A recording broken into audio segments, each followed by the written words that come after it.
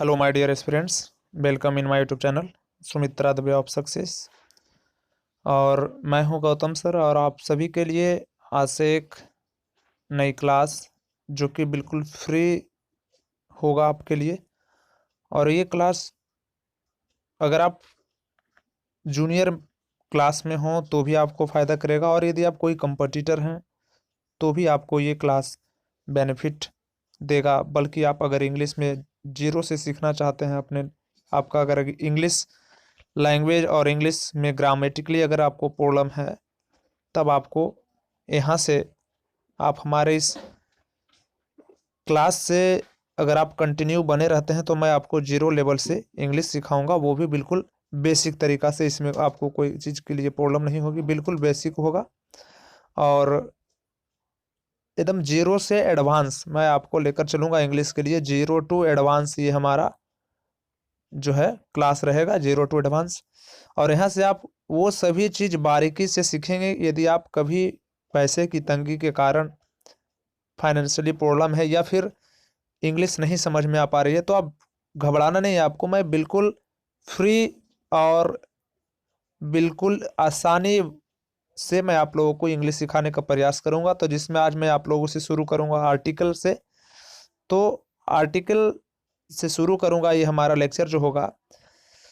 तो चलिए, इससे पहले कि मैं आपके लिए जो कर रहा हूँ उसके लिए आपको केवल इतना ही करना है कि जो मैं आपको पढ़ा रहा हूँ इसी की जानकारी अपने लोगों के बीच आप शेयर करें, हमारे चैनल को सब्सक्राइब करें, ताकि जब मैं लाइव आऊँ, मेरा मन की जो इच्छा है, मैं लाइव आकर के फ्री में हर लोगों को इंग्लिश सिखा सकूं अपने चैनल के माध्यम से। क्योंकि मैं भी बहुत कष्ट से पढ़ा हूं और मुझे पता है कि फाइनेंशियली प्रॉब्लम होता क्या है। तो बस आप हमें सपोर्ट करें और मैं आपको सपोर्ट करता चलूंगा। तो चलिए आज बात करते हैं आर्टिकल की। आर्टिकल इंग्लिश ग्रामर में एक महत्वपूर्ण रोल अदा करता है, सपोर्ट होता है, किसी को पहचान, किसी को अपनी अवस्था दर्शाता है। और आर्टिकल दो प्रकार के होते हैं। आर्टिकल एक होता है इंडिफिनिट आर्टिकल और दूसरा होता है डेफिनिट आर्टिकल। इंडिफिनिट में आर्टिकल दो, अगर आपसे कोई पूछता है कि इंग्लिश ग्रामर में आर्टिकल कितने होते हैं, तो इंग्लिश ग्रामर में आर्टिकल दो होते हैं, एक इंडिफिनिट और दूसरा डिफिनिट। अब बात आती है कि इंडिफिनिट कौन होता है और डिफिनिट कौन होता है। तो ए एन को इंडिफिनिट बोलते हैं और द को डिफिनिट बोला जाता है। यानी इनडिफिनिट का मतलब होता है अनिश्चित। इनडिफिनिट का मतलब क्या होता है? अनिश्चित। और डिफिनिट का मतलब होता है निश्चित यानी फिक्स। और इनडिफिनिट का मतलब अनफिक्स, जो फिक्स ना हो, जिसके क्लियरेंस ना हो कि कोई चीज कितना है, तब हम इनडिफिनिट का यूज करते हैं। इनडिफिनिट ए और एन, और फिर डिफिनिट में आपका द आता है। तो हम पहले आपसे डिस्कस करेंगे इनडिफिनिट आर्टिकल के बारे में, है ना। इनडिफिनिट के बारे में हम आपसे डिस्कस करेंगे। आई होप आप समझ पा रहे होंगे हमारी बातों को। तो हम चलते हैं, आपको धीरे धीरे आपको सिखाने का प्रयास हम करते हैं और एक एक बात को गहराई से समझेंगे। इंडेफिनिट आर्टिकल होता क्या है? तो इंडेफिनिट आर्टिकल को आप समझने के लिए इस नोट को आपको नोट करना होगा। और मैं बता दूं कि आप जब भी मेरे क्लास करें, ये जो क्लास चलेगी इसमें आपको स्लो मोशन में आप नोट्स भी इसके तैयार करते ही चलें तो ज़्यादा बेटर होगा। क्योंकि एक बार तो मैं आपको पढ़ाऊंगा, दूसरा चीज़ आपको यहाँ से नोट्स के लिए रिवीजन भी होते जाएंगे। तो किसी भी सिंगुलर काउंटेबल नाउन, नाउन कैसा होना चाहिए? सिंगुलर होना चाहिए और काउंटेबल होना चाहिए। यानी काउंटेबल का मतलब जिसे हम गिन सकते हैं, सिंगुलर का मतलब कोई एक। तो किसी भी सिंगुलर काउंटेबल नाउन से पहले यदि वह अनिश्चित हो, यानी वह फिक्स ना हो कि कोई चीज कितना है, तो उससे पहले आप ए एन का यूज करेंगे। यानी किसी भी सिंगुलर काउंटेबल नाउन से पहले यदि वह अनिश्चित है तो उससे पहले ए एन का यूज किया जाता है। और अनिश्चित नाउन के यूज होने के कारण ही ए एन को अनिश्चित यानी इंडिफिनिट आर्टिकल कहते हैं। ए एन को इंडिफिनिट आर्टिकल क्यों कहते हैं, आप प्रश्न कर सकते हैं। तो ए एन को इंडिफिनिट आर्टिकल इसलिए कहते हैं क्योंकि ये इंडिफिनिट नाउन के पहले यूज होता है। चलिए मैं आपको बताता हूँ।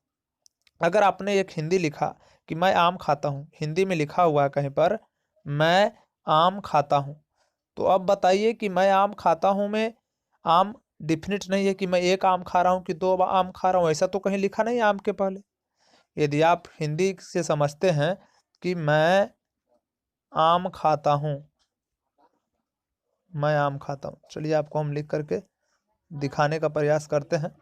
मैं आम खाता हूं, यहाँ पर आम के पहले 1 2 3 4 नहीं लिखा हुआ, यानी आम काउंटेबल तो है, आम काउंटेबल है, लेकिन आम के पहले 1 2 3 नहीं लिखा, यानी आम जो है इंडिफिनिट है। लेकिन इस स्थिति में हमको अगर ये सिंगुलर है, अगर ये सिंगुलर है और इंडिफिनिट है, तब मैं इसके पहले ए एन का यूज करूंगा। और इसी कारण देखिए कुछ उदाहरण जो है मैं यहाँ पर दिया हूं, आई इट ए मैंगो, तो देखिए मैं, सॉरी माफ कीजिएगा, यहाँ इट्स लिखा गया है बाय मिस्टेक, इट ही होगा, है ना, गलती से लिखा गया है हम इसे।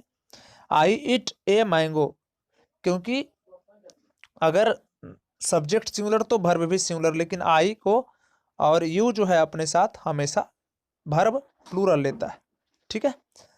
तो आई it a mango, I it a mango, इसलिए ये चीज जो है मैंगो के पहले यहाँ पर ए लगा।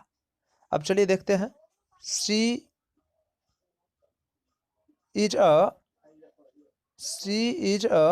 Good girl, C is a good girl, C is a good girl, है ना, तो वह एक अच्छी लड़की है। तो गर्ल जो है यहाँ पर सिंगुलर है, अगर गर्ल्स रहता तब ए नहीं लगता। तो यहाँ पर आप, गर्ल नाउन है और नाउन के पहले एडजेक्टिव है, तो हम आर्टिकल का यूज एडजेक्टिव से पहले करते हैं। ये भी हम स्पेसिफिक रूल में आपसे हम डिस्कस करेंगे, यानी कि कोई भी नाउन यदि सिंगुलर है और काउंटेबल है तो उसके पहले ए एन का यूज लगेगा, लगेगा, ये फिक्स है। जैसे राम इज अ बॉय, तो बॉय सिंगुलर काउंटेबल है, देखिए यहाँ पर ए लग गया। अगर आप ए को एलिमिनेट करते हैं तब यहाँ से ये गलती हो जाएगा। अगर आप ए को एलिमिनेट करेंगे, देखिएगा यहाँ पर 2 जगह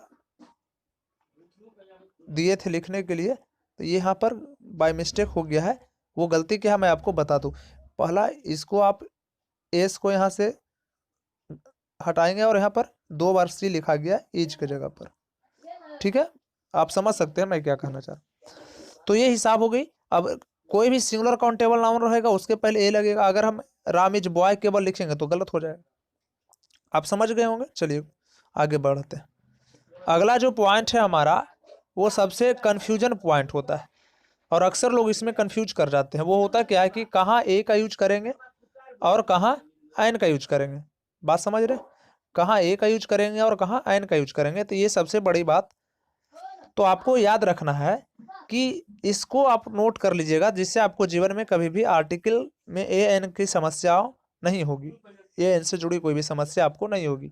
वो क्या है चलिए पढ़ते हैं। यदि वैसा singular countable noun, S C N का मतलब हो गया, एस का मतलब सिंगुलर, सी का मतलब काउंटेबल और एन का मतलब नाउन, वैसा सिंगुलर काउंटेबल नाउन जिसका उच्चारण यानी प्रोनाउंसिएशन, उच्चारण जो होता है, अगर वॉवेल साउंड से शुरू हो रहा हो, वॉवेल साउंड आ ई, ये हम लोग जो पढ़े थे वॉवेल, हिंदी का वॉवेल, वैसा सिंगुलर काउंटेबल नाउन जिसका उच्चारण वॉवेल साउंड से शुरू हो रहा हो, तो उसके पहले एन का यूज करेंगे। किसका?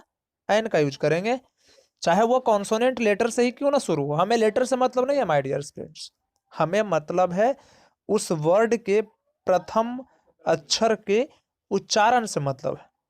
हमें अगर कोई चीज लिखा है, कोई वर्ड एक लिखा है, कोई नाउन है, तो उसका पहला लेटर कॉन्सोनेंट है या वॉवेल है ये मैटर नहीं रखता। पहला लेटर का साउंड जो है वो वॉवेल है या कॉन्सोनेंट ये मायने रखता है। तो आप समझे कि जिसका उच्चारण अगर वॉवेल साउंड से शुरू हो रहा हो तो उसके पहले एन लगाएंगे, चाहे वो कॉन्सोनेंट लेटर से ही शुरू क्यों ना हो, उससे हमें मतलब नहीं है। दूसरा चीज, लेकिन वैसा सिंगुलर काउंटेबल नाउन जिसका उच्चारण कॉन्सोनेंट साउंड से शुरू हो रहा हो, तो उसके पहले ए का यूज करेंगे, चाहे वह वॉवेल लेटर से ही क्यों ना शुरू हो।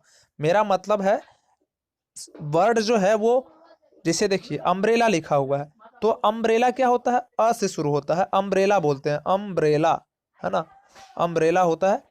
तो अम्ब्रेला होता है इसलिए जो है ये अ से शुरू हो रहा है, इसलिए एन लगा शुरू। देखिए लेटर से मतलब हमें नहीं है, हमने मैं बोला क्या कि ये अम्ब्रेला, इसका उच्चारण क्या हो रहा है? अ आ रहा है। अब जैसे देखिए यहाँ एन आर लिखा हुआ है, चलिए मैं आपको इसको कंप्लीट डिस्कस करके आपसे बात करता हूँ इसके बारे में। एन आर, इसको हम एच ओ यू आर को क्या पढ़ते हैं? आर पढ़ते हैं, आवर नहीं पढ़ते हैं। अगर आवर भी अगर आप कर रहे हैं तो शुरुआत में आ रहा है, तो एन आर, इसलिए ये लेटर तो है कॉन्सोनेंट, लेकिन इसका स्वर क्या है, इसका जो साउंड है वो क्या है? वॉवेल है। तो वॉवेल साउंड होने के कारण यहाँ एन लगा, जबकि लेटर क्या है, अगर हम लेटर को लेकर के चलते तो ये गलत होता, लेकिन letter A N article use करने में लेटर से कोई मतलब नहीं है, बल्कि हमें मतलब है तो उसके साउंड से। सेम वही चीज ए हाउस, देखिए यहाँ पर एच का उच्चारण, यहाँ पर ह आ रहा और यहीं पर एच का उच्चारण आ रहा है, यहाँ ह तो कॉन्सोनेंट साउंड है, इसलिए यहाँ पर ए लगेगा। आप समझिएगा, हाउस बोलते हैं ना, तो HOUS हाउस, तो ह जो है वो कॉन्सोनेंट साउंड है, लेकिन अ जो है वो वोवेल साउंड है, इसके लिए आवर आर के पहले एन लगा और हाउस के पहले ए लगा। एन ऑनेस्ट बोलते हैं तो जो आता है वो वोवेल साउंड है, इसलिए एन लगा। यूनियन, तो यूनियन हम लोग कैसे लिखते हैं, यूनियन बोलते हैं, यानी यू जो हो गया वो है आपका कॉन्सोनेंट साउंड। यूनियन में यू जो है वो, इसका पहला जो साउंड है वो वोवेल नहीं है बल्कि कॉन्सोनेंट है, इसलिए इसका पहला लेटर वोवेल होते हुए भी ए लगा यहाँ पर। तो यही सा थोड़ा सा आपको समझना है, और बहुत ज़्यादा कुछ इसमें नहीं है, बहुत ईजी है। और इसी प्रकार से छोटे छोटे चीज़ आप हमसे सीखेंगे। बाकी जो इसके स्पेसिफिक रूल्स हैं वो नेक्स्ट क्लास में मैं शुरू करूँगा, ताकि वीडियो लंबा ना हो और आप इसको आसानी से एक चीज़ को समझते चलें और अपना नोटबुक में नोट्स बनाते चलें। तो मिलते हैं फिर। So thank you, all the best.